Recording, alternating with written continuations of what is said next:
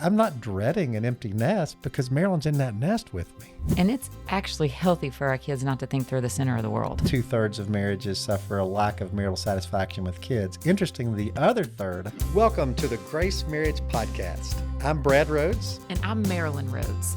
We're here to help you build a marriage that's stronger, more connected, and full of grace. I'm Rick Dayton, joining Brad and Marilyn as we bring you weekly conversations designed to inspire and equip you to live intentionally in your marriage.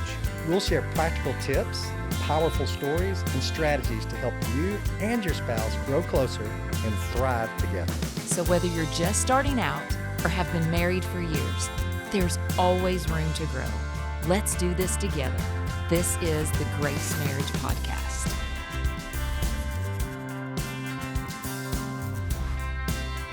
Children are, without question, a gift from God. However, they may not always be the best thing for your marriage. What do we mean by that? Let's find out today as we visit with Brad and Marilyn from Grace Marriage and talk about the trouble that children can sometimes create in having the best and most healthy marriage. I'm Rick Dayton. Thanks for being with us. Brad, Marilyn, let's jump into this because we are really at a time in our culture where it seems that the only thing that parents care about is their kids. And that's not a bad thing. I mean, don't take this the wrong way. But they maybe care more about their kids than they care about their marriage, than they care about their parents, than they care about their career, than they care about their friendships, than they care about their church. That we have somehow managed to get to a position where our kids matter more than anything else. Marilyn, how did we get here? Do you have any idea how we got? Because it wasn't, I know it's going to sound like that grumpy old man, get off my lawn kind of thing, but it wasn't that way when we grew up. It was not. And why has it changed? How has it changed? I do think our culture has fed this to us. I think we see it on social media. We see, just as a mom, like I see people cooking from scratch and only feed your kids healthy, it's a modern day black hole, all you could do to be a better parent. And a mentor said that to us, and that was so helpful to me. And I thought it was freeing to hear that because I thought I feel guilty all the time because if I'm studying with them, I feel guilty I'm not playing with them. If I'm playing, but then we've just created this expectation in our culture that we can't meet. There's no way. And then, so I wouldn't say that Brad is less important than the kids, but often, what are my actions showing? What are my actions as a culture showing? They wouldn't say that, but if all the time, all of your energy is spent at work or your kids, and then you have nothing left for your spouse, then they're not as important as your kids. Brad, do you hear this? Do people come in and, and whether they acknowledge it when they walk through the door or whether they say it when they're talking to you and to Marilyn. I mean, do you hear this? Is this a repetitive notion? It's very repetitive, and it's actually research. In the Gottman research, it shows like 2/3 of marriages experience a significant drop in marital satisfaction when kids come on the scene. Because what happened is kids will squeeze out time together. They'll squeeze out good marital rhythms. They'll squeeze out those things. So people don't really see it happening, but all of a sudden, they're not giving each other attention.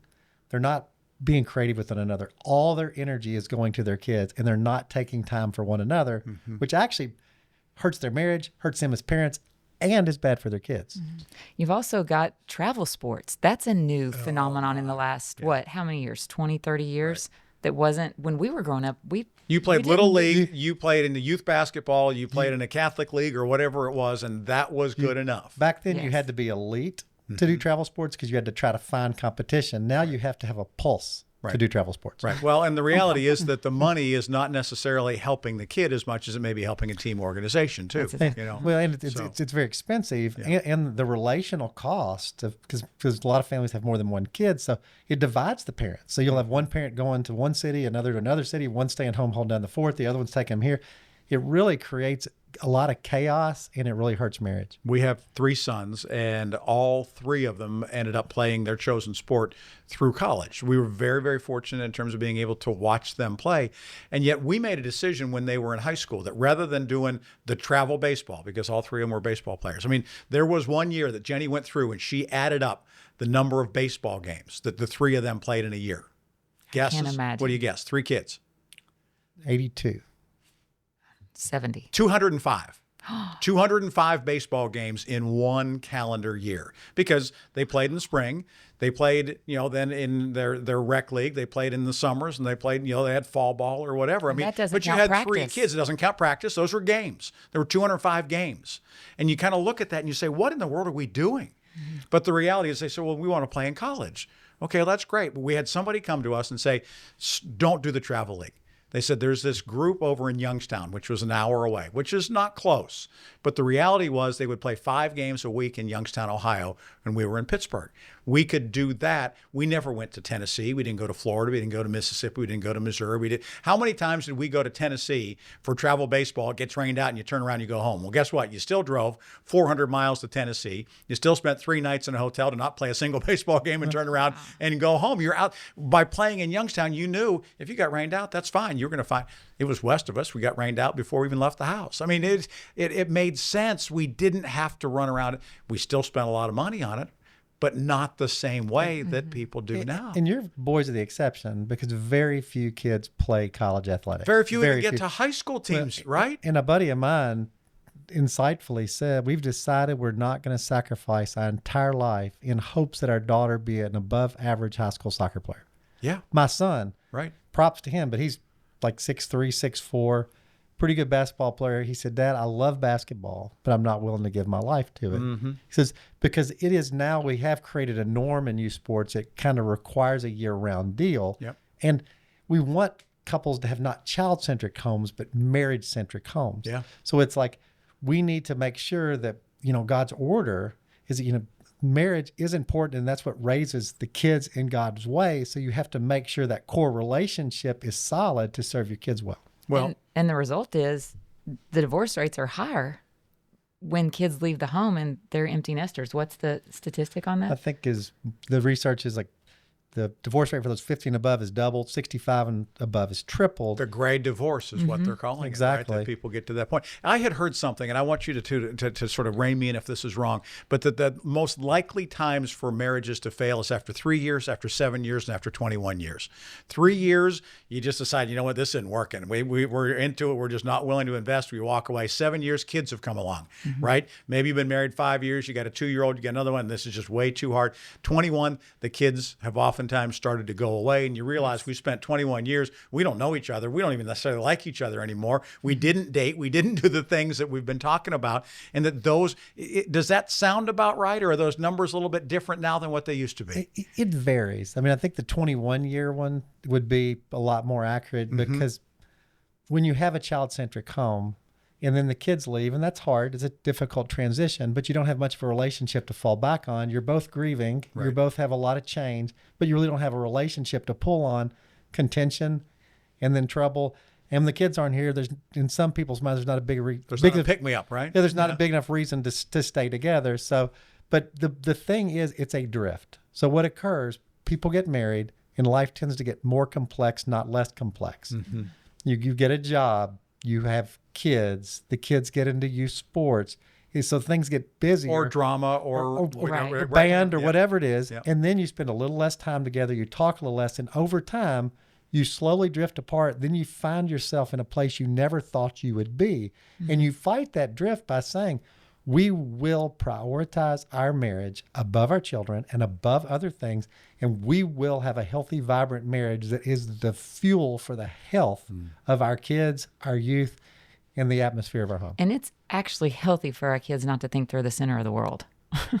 We're seeing that as well, of watching this young culture grow up and so self-focused. And part of that's our fault as parents. We've allowed them to be the center of the world. We have taught them to be the center of the world. Yes. We really have. My mentor said, the reason our younger generation sometimes struggled is everybody's at all their stuff. They're the center of everything. They're so important. They get out of college and realize nobody cares. Now that's a tough adjustment. They go to work and it's like nobody's coming to watch them work. Nobody's calling them about work every day. And he said, it's just too difficult to transition. And we fell into it a little bit because we felt initially we had to be at everything to be good parents. So my daughter had a soccer game in Murray. It's 2 hours away. And my mentor asked me, he said, what are you doing this weekend? I said, I'm going to Murray to watch a soccer game. He said, why are you doing that? I said, because my daughter has one. He goes, why don't you stay home with Marilyn and your other kids? I'm like, I'm allowed to miss it? He goes, absolutely. I stayed home, and he said, Brad, just let her tell you about the game when she gets back. And it completely changed our weekend and actually changed things going forward, because then we felt like we could have a stable, vibrant family and not be running like crazy all the time. Mm-hmm. From a counseling standpoint, from a social work standpoint, we know the dangers of parents that aren't present in a child's life, right? We know that if there's a mom who was died in childbirth and is not there, that child's life is very, very different than a dad that's not present, deadbeat dad, whatever the situation is. Sometimes when they're both there, it's the smothering that can also be very problematic as well. Is that stuff that you talked about when you're going through a master's program, that you're talking about in social work circles and counseling circles? Is that been looked at the same way a non-present parent has been talked about? It is not.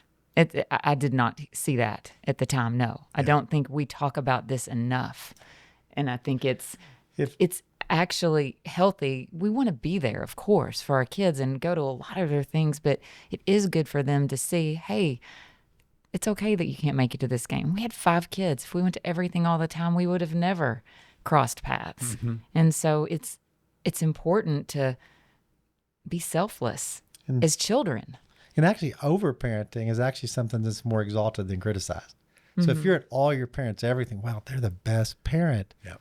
And yes, they do love their kids, but it's imbalanced. It's imbalanced. It's not a marriage-centric home that's best for the kids. It becomes a child-centric home that's really not best for the kids. I think we naturally overcorrect for problems. We're just we naturally go to extremes. If something wasn't healthy, we go to the opposite extreme, but the extreme on the other side probably isn't healthy either. Isn't good either.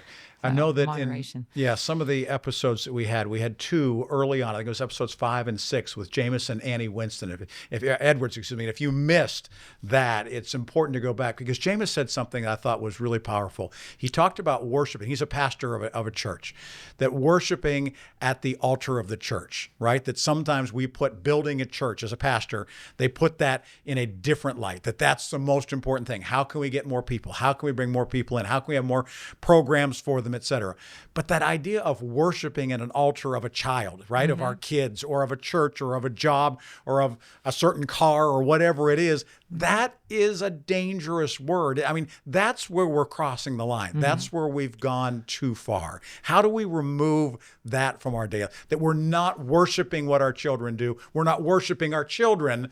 We need to love them. We need to support them. We need to raise them, etc., but not worship them. Well, and when you develop a really good marriage and a really close relationship with the Lord, it makes things more balanced, because there's not such a need to be, inappropriately just enmeshed in your child's life. So when our kids went to college, we've had 3 go away to college.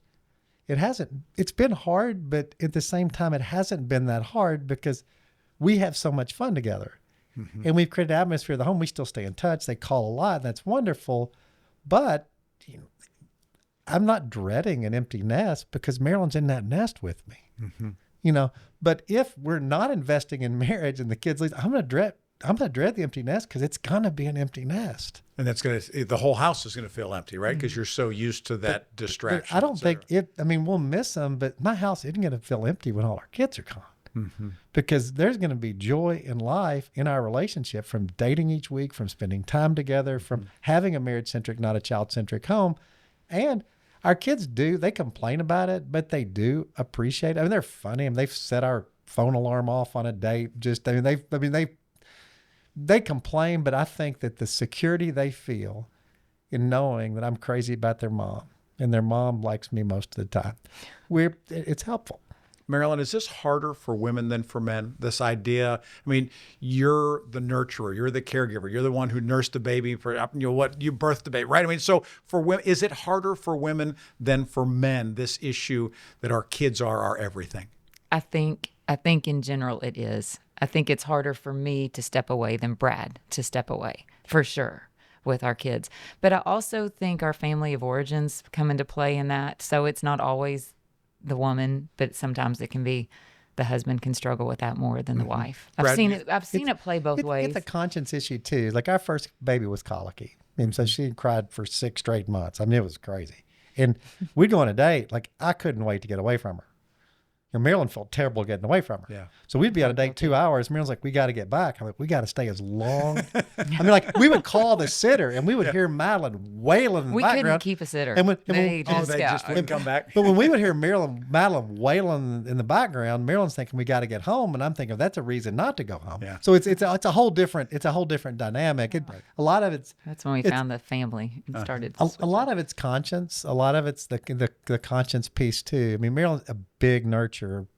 So she feels guilty pretty easy. So, but once we got in the rhythm of it, I don't think it was too hard for you. It is freeing when you hear this, when people hear that it's okay to miss a kid's event. You're not going to hurt them. It might actually be helpful. If they know you love them. I think in our culture, we've made it really clear, and kids are, there are neglected kids, and that is a problem that absolutely needs to be addressed. But for a lot of us, our kids aren't neglected. Our marriages are. And so we need to make sure that's not happening.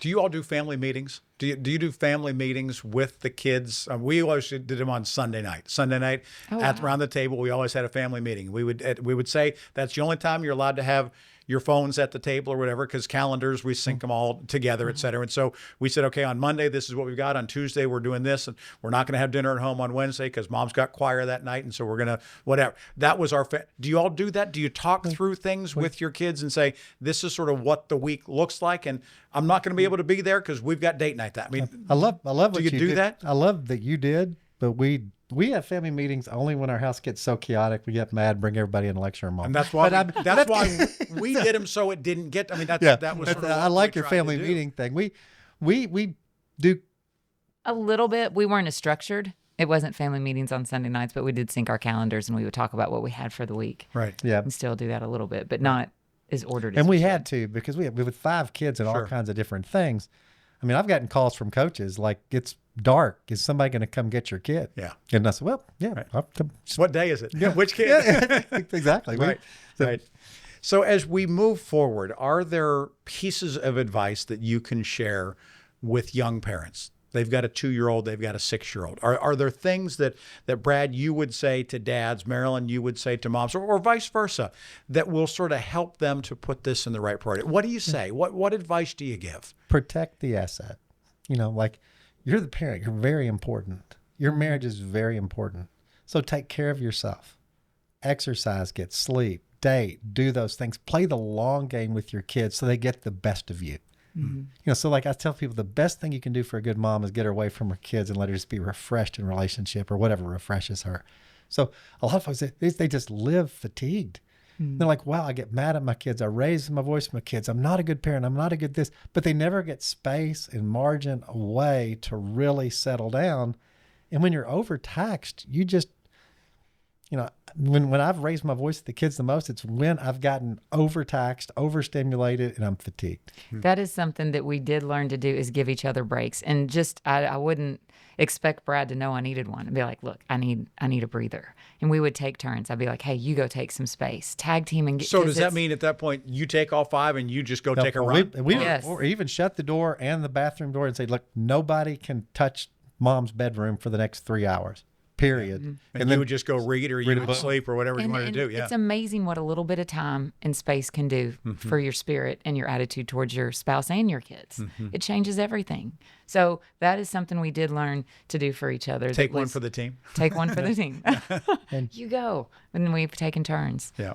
And that's worked well. That's worked well for you. We call it the day off trade-off. We've done that before. Got it. We've done that, but it's.